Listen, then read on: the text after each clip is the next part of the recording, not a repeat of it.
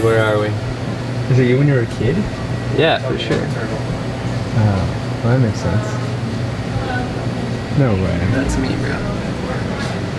Oh my gosh. That is.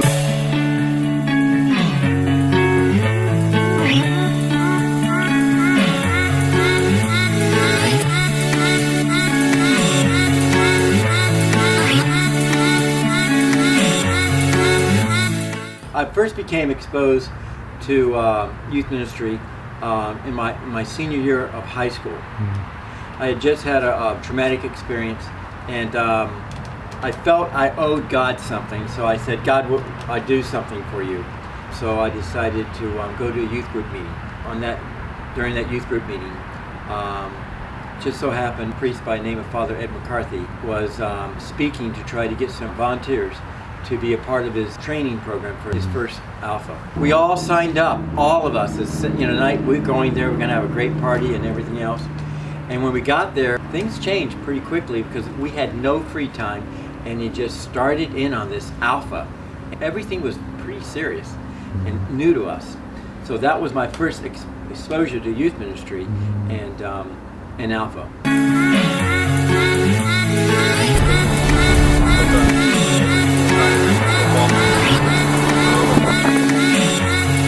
Alright, so this is Joe's high school. We just park where Joe would park every day. And get like a hallway shot.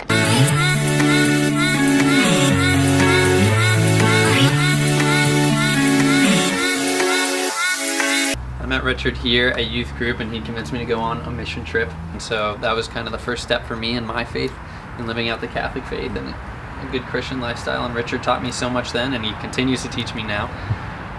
And then I ended up going to the University of Florida.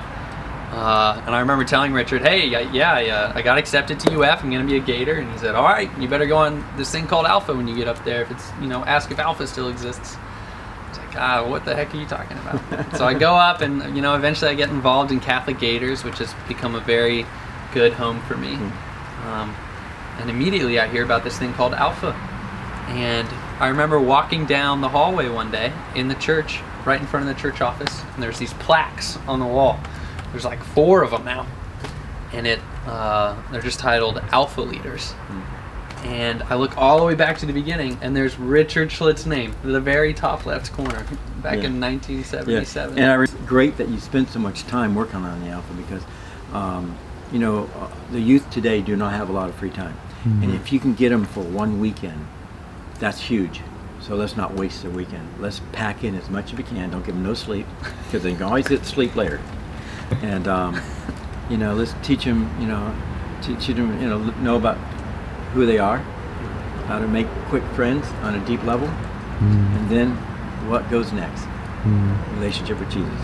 Because once you can learn love yourself, love others, Jesus is next. Did you know when you brought Alpha to Gainesville, when you said, all right, I'm going to take this thing that I learned here, and I'm going to take it to Gainesville, did you ever think that it would continue for 40 years, even after you left? No, because it's kind of like everyone has a different way, of presenting, the Jesus to people, and usually it's just by chance, some people that we had in the first Alpha.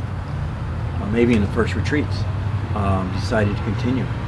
And like I said, we were growing, we had a lot of people involved, and it was just little miracles happening throughout the campus. Any favorite memories from Alpha, from your candidate? Yeah, from my candidate, spoiler alert, I think everyone watching this is part of the Alpha community already, but Saturday night, I remember getting my palankas, and it just blindsided me. I did not see it coming at all. Like all these letters coming in from family and friends.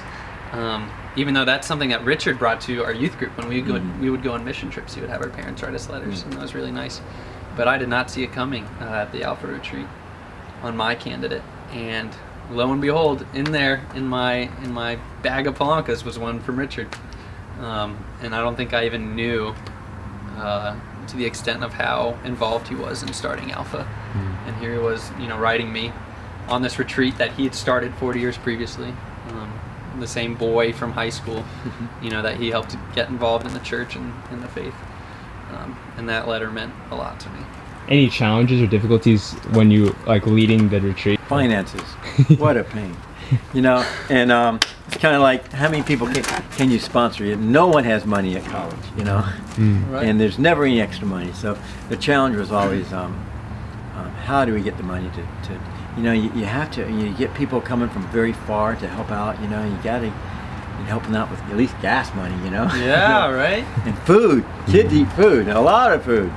And there's just a lot of things that needed. We can't tell you all the things they gotta buy, but there's just a lot of things needed to be successful, you know, and all the prep work that goes on behind, you know, it takes a whole year, you know. I don't know how long you guys spend, but it, you know, usually start planning a year ahead of time, you know, picking a good team that can work together and working with them to be able to share their story. Not everyone can share their story yet, but they will. As being the alpha leader, yeah, sometimes you go in with plans and expectations, right? What you think the weekend is going to be and how you want everything to go. But just almost like Richard's first story, you know, like it was all of a sudden it was supposed to snow that weekend and they had to switch where the retreat was and get a new priest and change the activities. So just thinking back to the alpha that I led, just not everything went exactly how we had planned it to go, but that was okay. Because God, you know, used his hand and because we all human, it people drop out the last moment. That's right. You know, priests drop out the last moment. You know, and snows every now and then. Yeah, you right. know, you know, it's like a little community that is created in 2.5 days. An amazing community. People learn to trust, to share who they, you know, are, the deepest part of their self with each other, and feel trusted. You know, and it's just an amazing process, and it's an honor to be a part of the beginning of it. I hope you can know and recognize just how many, like hundreds and even, you know, at this point probably thousands of people who have gone on the Alpha Retreat, you know, and it's changed their life and has been a big invitation. I hope it's there for my grandkids. Hey, I hope so too. I hope it's there for your grandkids too.